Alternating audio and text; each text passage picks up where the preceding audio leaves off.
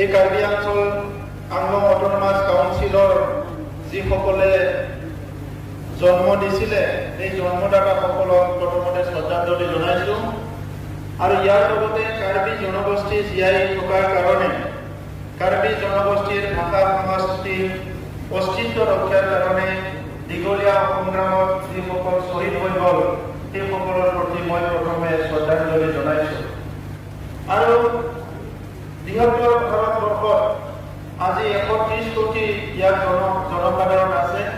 এনেকুৱা এটা ডাঙৰ দেশত ক্ষুদ্ৰ ক্ষুদ্ৰ জনগোষ্ঠীবিলাক জীয়াই ৰখাটো খুব কঠিন হয় কিন্তু ইয়াত বিভিন্ন চেলেঞ্জৰ মাজত থাকি আজি কাৰ্বি জনগোষ্ঠীৰ ভাষা সংস্কৃতি অস্তিত্ব ৰক্ষা কৰিবলৈ সক্ষম হোৱা মই কাৰ্বি নেতৃত্বক আজি মই মোৰ তৰফৰ পৰা আন্তৰিক অভিনন্দন জনাওঁ আৰু লগতে আজি এই মুহূৰ্তত এজন সফল আমাৰ চিফ এক্সিকিউটিভ মেম্বাৰ হিচাপে তুলিৰাম ৰহমান ডাঙৰীয়া এই কাৰ্বি পাহাৰখন সজাই বঢ়াই আগুৱাই নিয়াৰ কাৰণে মই তেখেতক কংগ্ৰেচুলেশ্যন জনাওঁ এই শুভ মুহূৰ্তত আৰু সেইকাৰণে আজি মই এই সুযোগ পাই মই আপিল কৰিব বিচাৰিছোঁ কাৰ্বি আংলঙত আমাৰ যিখিনি আমাৰ কাৰ্বি দাদা ভাইসকল সংগ্ৰামী আছে সকলো মূল সুঁতিলৈ আহি পেলাই এটা স্থায়ী শান্তি গঢ়ি তুলিব লাগে আৰু ইতিমধ্যে তুলিৰাম ডাঙৰীয়াৰ নেতৃত্বত অসম চৰকাৰ ভাৰত চৰকাৰৰ লগত আলোচনা চলি আছে আমি গম পাওঁ কি আৰু এটা কাৰ্বিৰ মাজত এটা চুক্তি হ'বলৈ গৈ আছে এটা শান্তি চুক্তি হ'বলৈ গৈ আছে আৰু সেইটো মই নিজে বদলেণ্ডত এই কথাটো খুব উপলব্ধি কৰোঁ হিচাপে স্পেচিয়েলি আজি মই ইয়াৰ কাৰণে ধন্যবাদ দিছোঁ যে সকলো মিলি এটা প্ৰথম আমাৰ এই তিনিটা মানে যিটো ৰিজন কাৰ্বি আংলং ডিমা হাছাও আৰু বড়োলেণ্ড প্ৰথমতে আমি শান্তি স্থাপন কৰিব লাগিব আমাৰ মানুহবিলাকে বহুত ভাল পায় বহুত মৰম কৰে বাহিৰৰ মানুহবিলাক আমাক বহুত ছাপোৰ্ট কৰিবলৈ ৰখি আছে কিন্তু আমাক ছাপোৰ্ট কৰিবলৈ সুযোগ নাপায় এইকাৰণে যে আমাৰ অঞ্চলৰ এটা হিংসাত্মক অঞ্চল বুলি মানুহ আহিব নিবিচাৰে আজি বড়োলেণ্ডতো আমাৰ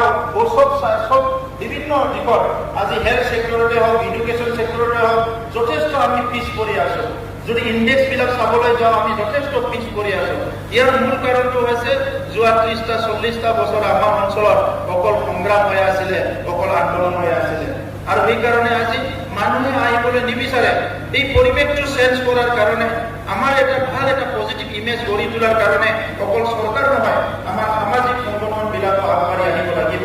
আৰু এই পৰিৱেশটো যদি আমি ভাল কৰিব পাৰোঁ অহাকালি কাৰ্বি আংলঙত অৰ্থনীতি উন্নয়ন কৰাৰ কাৰণে বহুত ইনভেষ্ট কৰাৰ কাৰণে ডাঙৰ ডাঙৰ কোম্পানীবিলাক ডাঙৰ ডাঙৰ ইনভেষ্টৰবিলাকে ইয়াতে আগবাঢ়ি আহিব নেশ্যনেল ইণ্টাৰনেশ্যনেল ইনষ্টিটিউশ্যনবিলাক আগবাঢ়ি আহিব মোৰ বেছি এক্সপিৰিয়েঞ্চ নহয় আমাৰ তুলিৰাম ডাঙৰীয়া আমাৰ তিনিজনৰ ভিতৰত মানে লংগেষ্ট এজ এ CM তেখেতে কাম কৰি আছে মই এই 5-6 মাহত যিখিনি এক্সপিৰিয়েঞ্চ মই পাইছোঁ বহুত নেশ্যনেল ইণ্টাৰনেশ্যনেল অৰ্গেনাইজেশ্যনবিলাক আহি পেলাই আমাক এপ্ৰ'চ কৰিছে তেখেতসকলে আমাৰ ইয়াত বিভিন্ন ছেক্টৰত কাম কৰিবলৈ ৰেডি আছে কিন্তু এতিয়াও মানুহবিলাকে ছিকিউৰিটিটো লৈ পেলাই প্ৰব্লেম হয় যদি আমি আমাৰ অঞ্চলটো ছিকিউৰ কৰিব পাৰোঁ শান্তি কৰি ৰাখিব পাৰোঁ আমাৰ অঞ্চলটো অহা 5 বছৰত 10 বছৰত আমি অন্য অঞ্চলৰ নিচিনা মহাৰাষ্ট্ৰৰ নিচিনা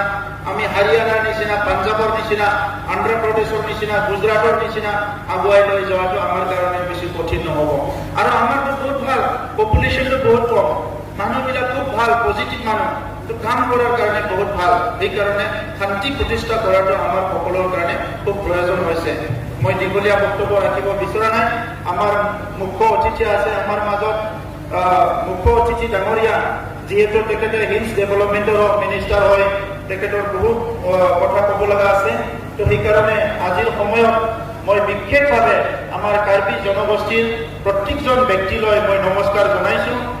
এই কাৰ্বি জনগোষ্ঠীত বহুত সাহিত্যিক আছে সাংস্কৃতিক বিভিন্ন প্ৰতিভা থকা ব্যক্তি আছে সকলোকে মই শ্ৰদ্ধা জনাইছোঁ আৰু অনাগত দিনত আমি একেলগে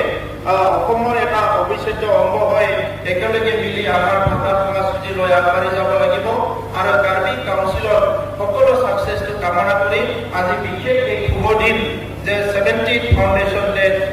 মই সকলোকে ধন্যবাদ জনাই মোৰ বক্তব্য সামৰিছোঁ